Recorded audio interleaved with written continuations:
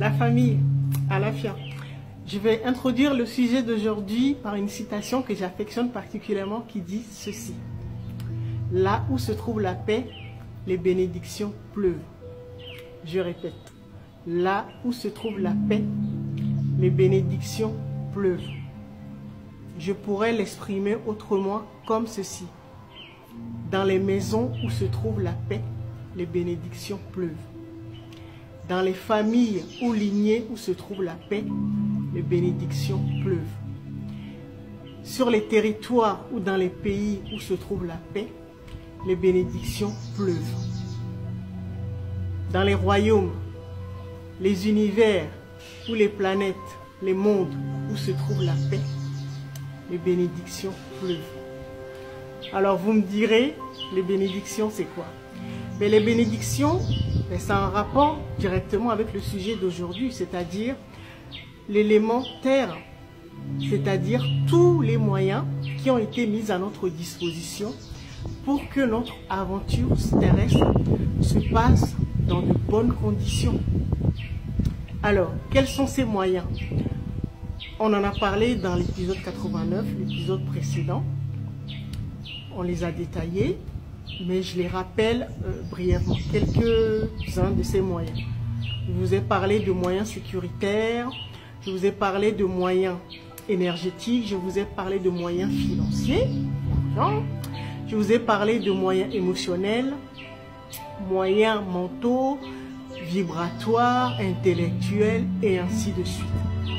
Donc, je vous disais que notre âme, qui était l'instigatrice de chacune de nos incarnations, en fait, le but, c'est de nettoyer et de guérir nos mémoires. Donc, les mémoires qui sont entachées de blessures, de douleurs, de traumatismes. Donc, en fait, nous nous incarnons pour venir, en fait, les nettoyer nos mémoires qui sont contenues dans toutes les cellules de notre sang. Et donc, ces moyens, c'est ce que constitue l'élément terre. Donc, vous voyez que c'est un élément très, très, très important. Alors, je pourrais également dire que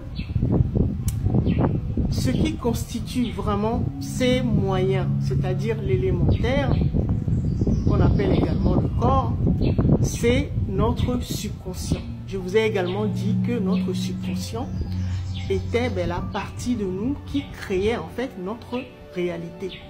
Pourquoi? Parce que le subconscient, c'est l'enfant divin qui est en nous. L'enfant divin de notre mère cosmique qu'on appelle l'âme. Donc, le subconscient a accès aux archives qui sont contenues dans notre âme. C'est-à-dire toutes les expériences que nous avons eues au cours des différentes incarnations. Vous avez vu, on a parlé de tout ce que contient notre âme, donc toutes les informations, les sagesses, les connaissances, les technologies, les sciences de notre lignée, de nous-mêmes, de notre territoire, de tous les partenaires sexuels que nous avons eus au cours de ces différentes incarnations, pas seulement sur cette planète, mais également dans les autres mondes. Donc vous voyez que l'âme contient en fait la totalité de tous les dossiers, toutes les archives. D'accord? Donc l'enfant divin, notre subconscient, a accès à ces informations. D'accord?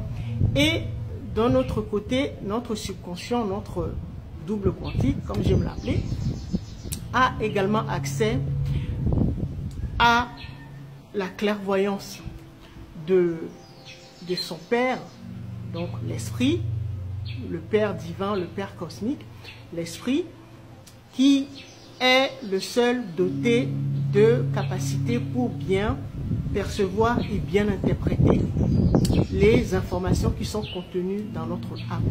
Et donc vous voyez que notre subconscient, pour créer notre réalité, a accès, donc puise les informations dans les archives de sa mère, l'âme, et avec la clairvoyance, la bonne perception de son père, Donc l'esprit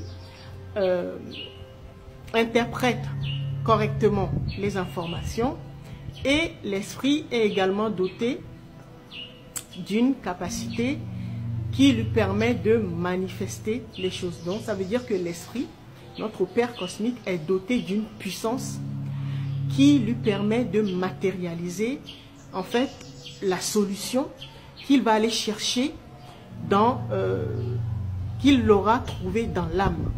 D'accord? Et donc vous voyez que le subconscient, l'enfant divin, la partie de nous qui crée notre réalité, ben, c'est de cette manière qu'il fonctionne. Donc le double quantique va chercher la solution que nous recherchons, le remède, la réponse que nous cherchons, va aller chercher, va aller puiser cela dans l'âme, et avec la puissance de manifestation de son Père, va le matérialiser. Quand tout se passe bien, et ben c'est comme ça que nous sommes censés fonctionner.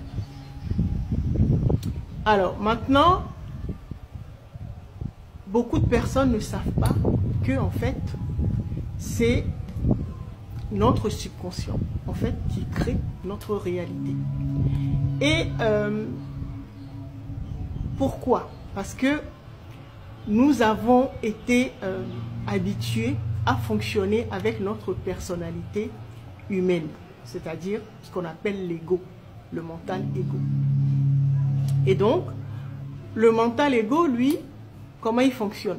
Il se dit, ben, quand j'aurai tout, je trouverai la paix.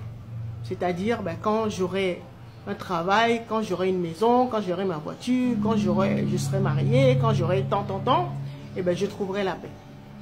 Alors que l'esprit, donc le subconscient, l'esprit lui dit, trouve la paix et tout va rentrer dans l'ordre.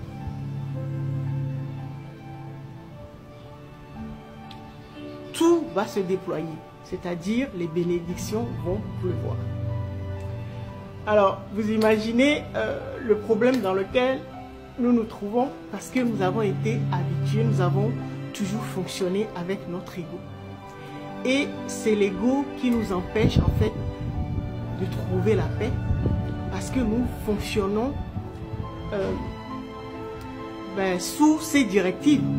C'était notre conseiller, c'est lui qui nous disait, eh ben, pour que tu sois heureux, pour pouvoir trouver la paix, eh ben, tu dois avoir ci, tu dois avoir ça, mais ça ne finit jamais. À chaque fois qu'on commence, on veut par exemple, l'objectif, on veut atteindre par exemple 100 000 francs de revenus par mois. Dès qu'on arrive, on se débrouille pour l'avoir, et ben l'ego, il est insatiable, il va toujours demander plus. Il va dire, ben maintenant, comme maintenant tu gagnes 100 000, maintenant, ben, il faut trouver autre chose. Et ben, il faut que tu te maries, ou il faut que tu trouves une maison. Voilà, ça ne finit jamais.